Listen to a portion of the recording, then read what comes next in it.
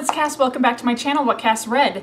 Today I'm going to bring you my July wrap-up, which includes my wrap-up from the book Junkie Trials. I really felt like July just kind of kickstarted a lot of things for me. I started posting again, I was able to participate in a readathon and just really get my groove back with my reading. I had a few slow months in there, and so I'm pretty happy for what I ended up reading for the month of July. So the first book that I want to talk about, this is City of Dragons, written by Robin Hobb. This is book number 3 of the Rainwild Chronicles. This story follows a young group of Rainwild teenagers who have been tasked with taking our dragons to the lost mythical dragon city of Kelsingra.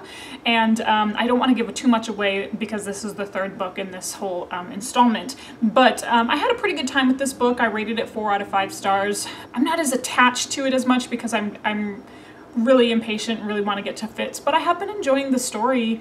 I have been enjoying getting to know these new dragons. This particular installment, we see the return of some of the Vestrits, so we see Malta, we see Rain, we see Selden, and I'm gonna say this, like, Selden has thrown me for a really big loop because I'm so used to Selden from the Live Ship Traders trilogy, I'm so used to Selden from the Tawny Man trilogy, that now that Selden's like a man, I'm like, oh, whoa, whoa, slow down, Selden. Where did your manly voice come from? Like, where did this grown-up Selden version come from? I'm not sure what I think about that. I'll also say that I'm a little bit annoyed with Tintalia.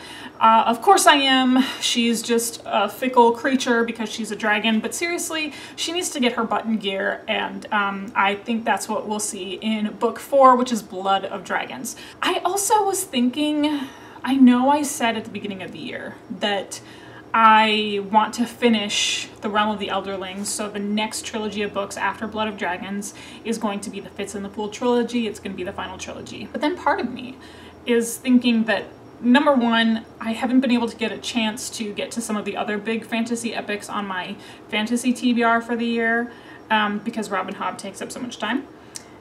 And the other part of me is like, I want to savor this. Like, I don't think I'm quite ready to say goodbye to Realm of the Elderlings yet, so I don't know, I'm not really sure if I'm gonna start Fitz in the Pool this year. Like, I want to take my time. I think it's gonna destroy me, and then after that there will be no more Fitz Chivalry Farseer, in which case I'll probably start right back at the beginning. But I don't really know. So stay tuned for that to see if I do end up picking up Fitz in the Pool. But I do plan on finishing the Rainwild Chronicles this summer. The next book that I want to talk about is a short story ebook that's called The King's Letters. I ended up getting this for free for signing up for Sebastien de Castell's e-newsletter. So Sebastien de Castell is the writer of the Greatcoat series, and I kickstarted like this resurgence of Sebastien de Castell, like wanting to read his books. So it's really only like 35 pages, but it's the letters that King Palus writes to Falcio, to Kest, to Brasti, to the tailor, to the reader before he is executed. So it's his last thoughts, the last things that he ever wanted to say. So I don't really know how you're supposed to rate that kind of book because it's clearly meant for a very particular audience. It's those people who love the Greatcoat series. So I rated that 5 out of 5 stars. Like, what can you do? Like, I cried, and it was like 35 pages. Like, I cried from reading these letters because I'm that much of a fangirl of the Greatcoat series. But I did read that as well because I also got into Spellslinger, which is a young adult fantasy series called the Spellslinger series. I end up listening to this on audiobook. Joe Jamieson, who narrates the Greatcoat series, has returned to narrate the Spellslinger series, and I had an amazing time. So this book I also rated 5 out of 5 stars. This follows a young boy named Kellen, who is a part of this magical tribe of people. All of the young people in this world are training to become mages and use specific powers, and his father is a very, very well-respected, very powerful mage. His mother is a very, very well-respected, very powerful healer. His younger sister, who is only 13 years old, has been, you know, kickstarting on her mage training. She's blowing everyone in the competition away. And Kellen, who is approaching his 16th birthday, where they're supposed to take their mage's trials and declare themselves a mage, his magic is fading. And that's such an embarrassing thing for him because of this powerful family that he belongs to, because he's from a tribe of people who pride themselves on being magic users, and those who are not able to pass their mage's trials and declare themselves a mage by the age of 16, they end up getting relegated to the lower caste within the society, which is basically like the house servants and the people who work hard labor in the mines. And he's really hoping not to do that because, like I said, he has such a powerful family. Then a mysterious woman named Various Parfax comes in, shakes things up, shakes his whole world around. The prince of the tribe ends up passing away, so all of the mage chiefs, clan chiefs are coming together, hoping that they'll be picked to become the new clan prince. And so Kellen is trying to figure out his way in this world, trying to figure out why his magic is fading, and he gets embroiled in this bigger plot about what is happening within his society, what's happened to the clan prince, what's happened to the magic in his people, and who the heck is Various Parfax. So I had a really, really great time for this. This is actually the Forbidden Section book for the Newts Readathon that's taking place right now. I'm already planning on reading Shadow Black, which is book 2. I purchased Charmcaster, which is book 3. Like, I kind of like wanted to test it out with this book, but because I know how much I really enjoy Sebastien de Castell as an author, I think I'm already committed for the full 6-book series. So the final book, the 6th book, comes out in December of this year. So if anyone else gets into this story the way that I did, you can pretty much just like marathon it until you get to December when the final book comes out. And then I did end up finishing Warbreaker by Brandon Sanderson. This is one of the books that I was hoping to read from my fantasy TBR for the whole year. I finished this. I gave this 4 out of 5 stars. I was kind of on the edge of whether or not I was going to do like a 3.5 to a 4-star, but the way Brandon Sanderson ends his books and the way that things wrapped up, the way that things unfolded, the mysteries and questions that we had throughout the book, the way they unraveled, of course I bumped it up to a 4-star read. So I really enjoyed this. We follow 2 young women, Ciri and Vivenna. They're actually 2 sisters who are princesses. Vivenna is the oldest sister, and she has been trained all of her life to marry the God King of Hallandren. Her people, her family's people, the Idrians, have been in this like political truce. The truce will end within 20 years unless the King of Idrian marries one of his daughters off to the God King. So Vivenna, as the oldest, has been training her whole life.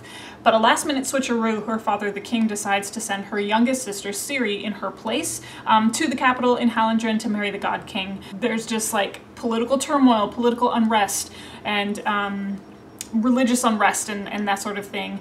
There's also a magic system called the Breath in here where it draws upon the colors of people around them, and they're able to imbibe magical objects to do tasks for them. That's a really, really simplified way to describe it. It's super complex, as you can expect from Brandon Sanderson, but yeah, it just takes off from there.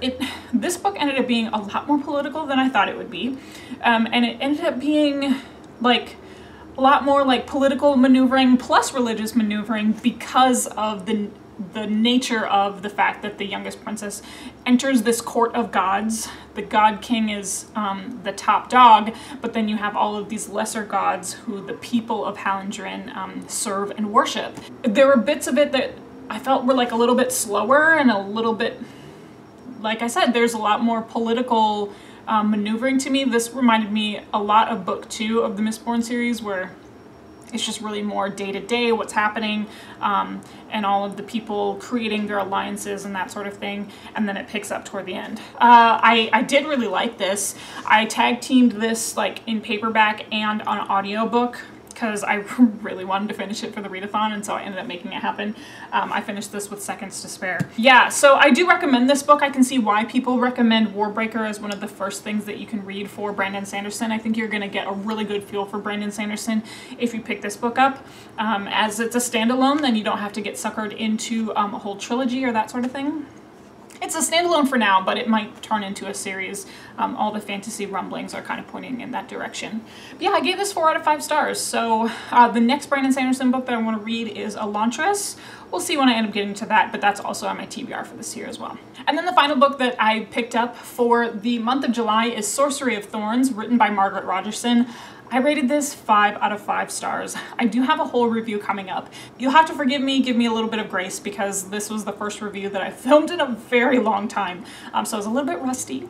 But it follows a young woman named Elizabeth who grew up in one of the great libraries of Ostermere. The great libraries in this kingdom are really unique because they house the magical grimoires throughout the kingdom.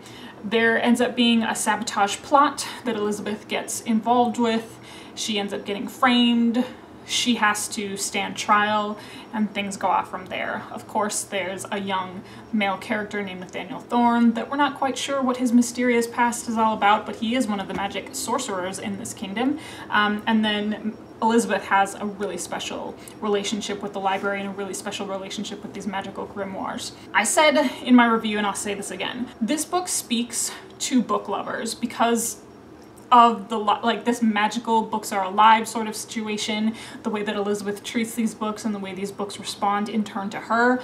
I loved it. 5 out of 5 stars. So this book has been sweeping the booktube community this year for good reason. If you had like any sort of inkling that you wanted to read this book at all this year, give it a shot. It was great.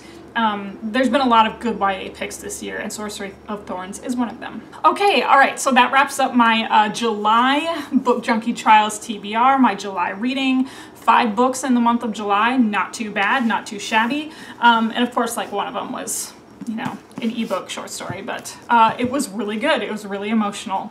I liked all of my picks this month. So let me know in the comment section down below what you thought of any of these books, if you read any of them, if you're thinking about reading any of them, or what your favorite book from the month of July was. Otherwise, you can follow me on my social media, Instagram, Twitter, at whatcassread, same as this channel, and of course my Goodreads link is always listed down below.